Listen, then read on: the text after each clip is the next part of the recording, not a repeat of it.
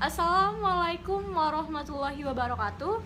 Halo semuanya, perkenalkan nama saya Anggi Renfilia S dengan NPM 19141510002 dari jurusan Kehutanan, Fakultas Pertanian, Universitas Lampung.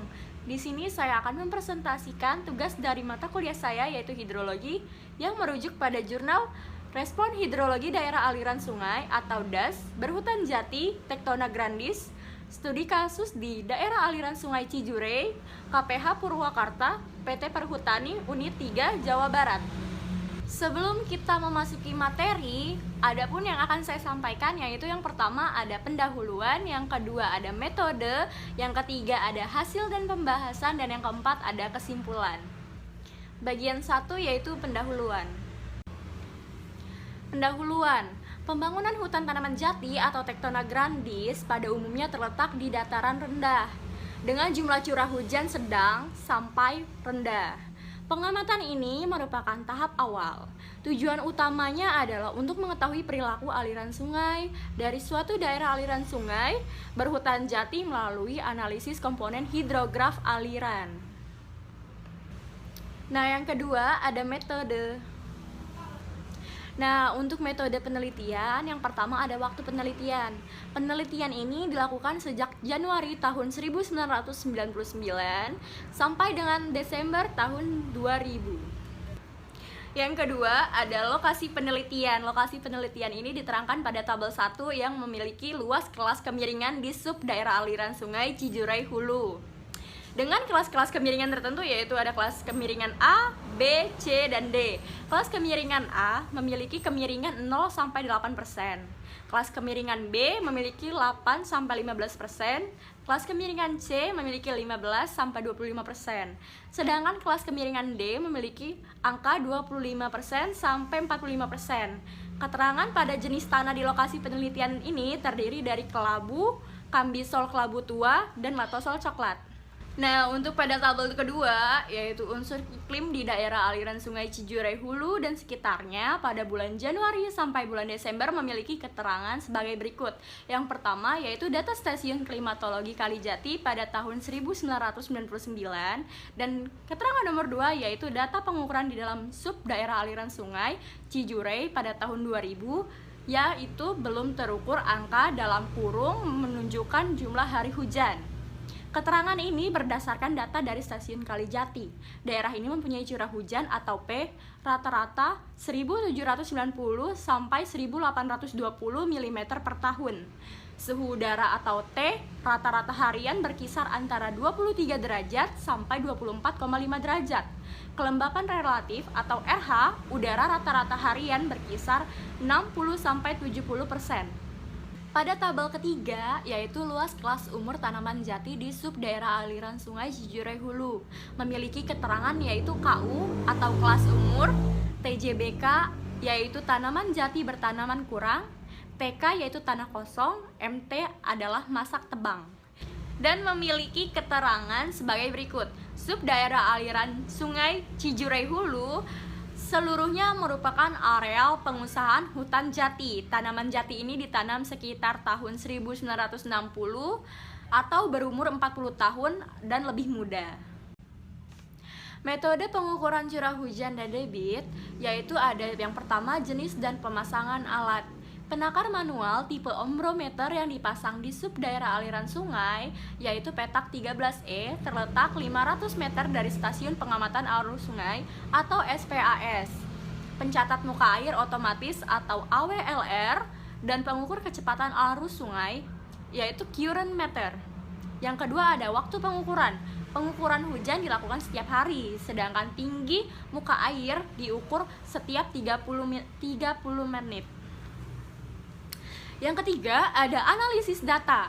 Hidrograf aliran yang mempunyai komponen debit puncak, waktu konsentrasi, waktu resesi, debit yang berasal dari limpasan, dan debit yang berasal dari aliran bawah permukaan.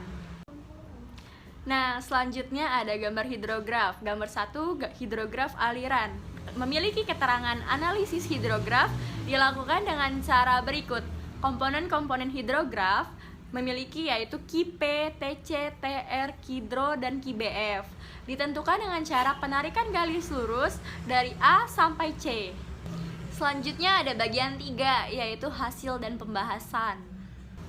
Pada gambar 2 di atas menunjukkan hidrograf aliran dan hidrograf pada saat terjadi hujan berturut-turut. Sedangkan pada gambar 3 dan 4 di samping merupakan pemisah gambar 2 untuk setiap 3 kali kejadian hujan. Pada tabel 4 yaitu nilai parameter hidrograf pada aliran kejadian hujan berturut-turut selama 9 hari. Waktu yang diperlukan untuk mencapai debit puncak atau TC selama 2-7 jam.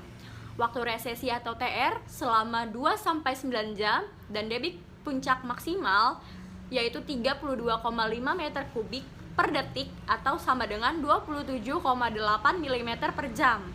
Dari hidrograf di atas terlihat bahwa garis kenaikan atau rising line dan garis penurunan atau recession line hidrograf sangat tajam. Jumlah hujan yang dialih-ragamkan menjadi debit langsung adalah sebesar 13% atau koefisien aliran permukaan sebesar 0,13. Gambar 8 memiliki keterangan menunjukkan hujan kumulatif langsung atau KIDRO dari 9 kejadian hujan berturut-turut selama 9 hari. Kita memasuki pembahasan. Yang pertama ada hidrograf aliran dipengaruhi oleh sifat fisik das atau daerah aliran sungai, sifat vegetasi penutup lahan, dan distribusi kejadian hujan. Dan yang kedua ada hidrograf aliran dengan nilai TC dan TR yang pendek, dan KIP yang tinggi merupakan ciri dari sebuah daerah aliran sungai yang didominasi oleh daerah curam dan kapasitas infiltrasi tanah yang rendah, kualitas vegetasi penutup lahan yang tidak baik, dan kejadian hujan yang terjadi di daerah hilir atau tersebar merata di seluruh daerah aliran sungai dengan intensitas curah hujan tinggi. Yang ketiga ada kejadian hujan yang terjadi lebih ke arah hulu, cenderung menghasilkan hidrograf yang mempunyai nilai TC dan TR yang panjang dan KIP yang rendah. Hidrograf aliran dipengaruhi oleh sifat fisik das, sifat vegetasi penutup lahan, dan distribusi hujan. Penggunaan satu penakar hujan di daerah aliran sungai yang berukuran besar kurang memadai untuk analisis hidrolog, sehingga diperlukan penambahan jumlah penakar hujan. Nah, yang keempat ada kesimpulan. Kesimpulan yang pertama yaitu hidrograf aliran subdas Cijurai Hulu yang didominasi hutan jati menunjukkan respon hidrologi subdas kurang baik yang ditandai dengan waktu konsentrasi dan waktu resesi yang pendek. Yang kedua ada sifat hujan di daerah tropis sangat setempat sehingga variasi ruang waktu kejadian hujan besar. Yang ketiga ada untuk mendapatkan respon hidrologi terhadap hujan yang lebih variatif diperlukan pengukuran yang cukup panjang atau lama. Yang keempat ada pengukuran das berukuran besar sulit mengetahui pengaruh spesifik dari perbedaan yang ada di dalam das, baik sifat fisik maupun sifat vegetasi penutup lahan. Baik, itu saja yang dapat saya sampaikan. Kurang lebihnya saya mohon maaf. Pada Allah saya mohon ampun. Wabillahi taufiq wal hidayah. Wassalamualaikum warahmatullahi wabarakatuh. Terima kasih. Sampai jumpa.